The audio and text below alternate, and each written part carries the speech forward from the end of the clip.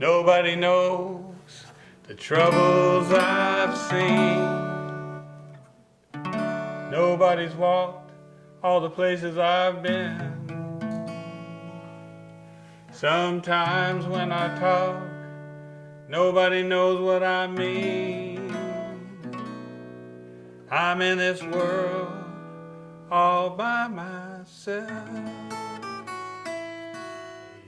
We get an idea, or we hear a line, or we do something, and we sort of like it, and then there's this inner critic in our head that immediately tells us why we can't do that. I think the best thing when you hear that voice is to go ahead and do it. Even if it is a terrible idea, it's still better to go ahead and do it, because you need to tame that voice, because that voice says that about everything. You know, I've been playing music for a long time and didn't have any aspirations to teaching it particularly. I was very frustrated because all the songwriting events and workshops that I knew about all were very focused on kind of writing a hit song, and also everybody critiquing everyone. And what if you're not trying to write a hit song? What if you're just trying to write a true song? Where's the workshop for that? And I kind of heard this voice in my head say, well, you ought to try to teach one. The name of his class is Songwriting as Truth-Telling. So, you know, what truths of the human experience do we discover in the process of simply writing a song? It's a beautiful question. I really thought it would be a one-time thing. You know, I would teach this class once and that would be it. But then a bunch of people said they wanted to take it again, so, you know, the rest is history. It's now 6 years later, and we're still doing it every week. I'd never taken a songwriting class, and of course I, pulled on my iron skin and was like, okay, I'm gonna share these songs with people and, get some feedback and some critique. So we don't do any critiques, we don't do any feedback, we don't do any workshopping. We just listen appreciatively. And of course, immediately, everybody's shoulders went down. Just sort of... everybody was so much more relaxed after that point. The format of the class is everyone brings something and shares something every week, and everyone listens. People are welcome to bring in a fragment. Sometimes people bring in one line that they've written that week, and then they'll play something else. People can bring in a song by somebody else that they just happen to like. So it's very open. And then as an artist, as a songwriter, as a craftsperson, to listen for things in the craft that you like. And it might just be one chord or one phrase or a particular rhythm, and to basically ignore everything that doesn't speak to you. Well, the first time that I attended Matt's songwriting class, I was terrified. And it was mostly what I was terrified of is what everybody else was terrified of, which is what everybody else thought of your song. What I see happening for a lot of people is just working through the sort of anxiety and sometimes terror of that state and the discomfort, because it still remains uncomfortable, even if you come to believe, okay, this is where I belong. It's still not necessarily the easiest place to be. One thing I always start the first class with, where I have everyone take 3 slips of paper and write a word on each slip, and we throw them into a basket, and then we stir them up, and everyone pulls 3 words out. And then your assignment is to write a song using those 3 words. And one of the words that I got was Oreo. And my immediate reaction to it was, ugh.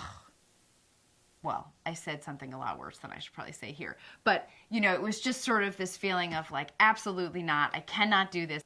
So there was a song that I decided I wanted to write about my dad and about this love that he has for terrible old sci-fi films. And I kind of found my way back to that word, and it totally opened up this brand new scene of the song.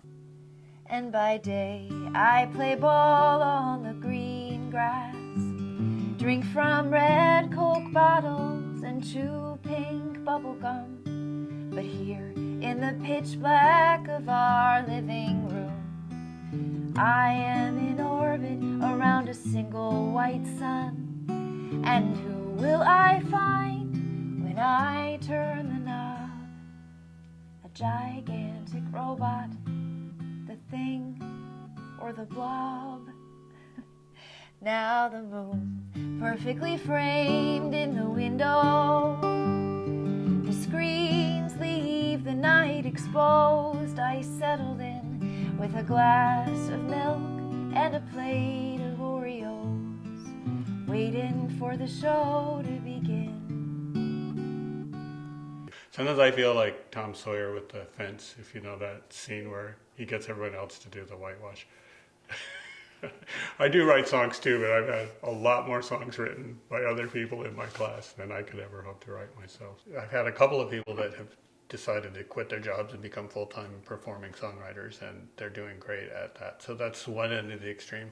I've had a lot of people very hesitantly and cautiously write the first song ever and feel really empowered and thrilled that they've done that. I know a lot of people take the class, and I would say that I am one too, for just simply for the accountability. I have to write a song by next week. And sometimes the deadline, that's what you need. I try to avoid a lot of the self-judgment by engaging in a playful writing process. So low expectations, low stakes. I'm not writing a song. I'm just playing around with words. Sometimes I'll say, go for a walk and write down the first sentence you hear somebody say, and then use that in a song. It's sort of letting the world give you the song, or letting your dreams give you the song. I think Matt calls it a word stream. And you start with the word table, and then you think, what sounds like that? Able. But then, break outside of just being pure rhymes, and that sounds like cradle. And I remember the last 3 words of this particular list were bereft, duress, and undress. And that was when the timer went off. And I said, oh, those 3 words are good. I don't know what they're about, but I like that. I like that combination. This is Punching Judy.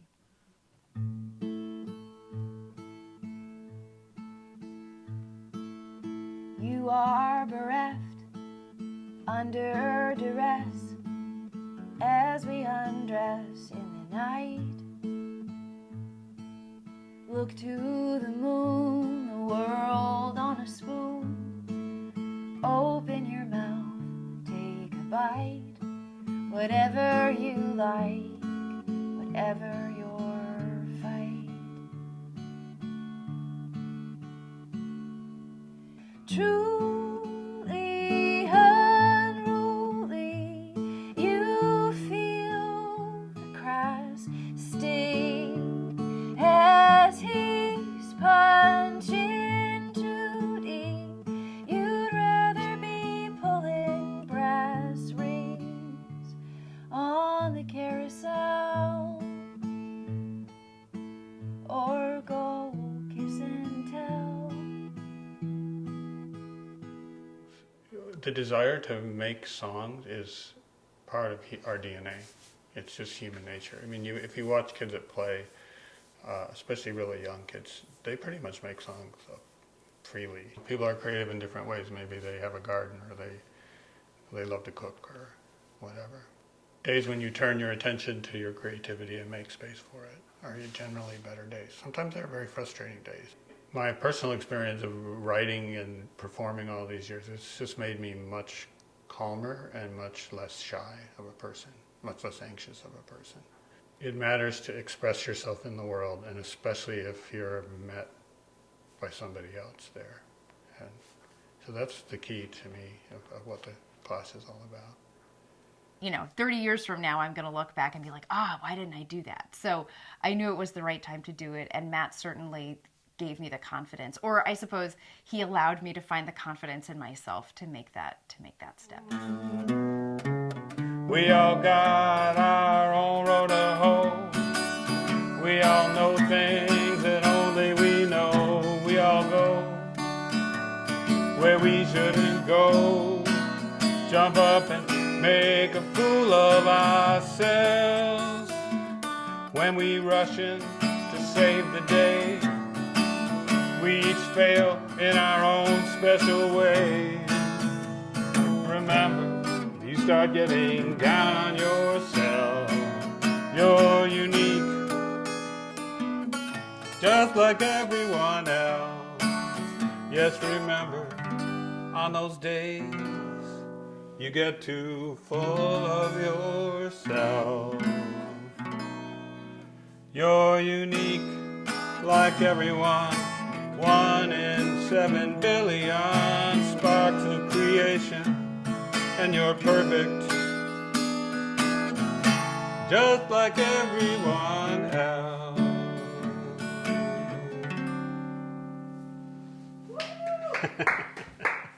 I love it.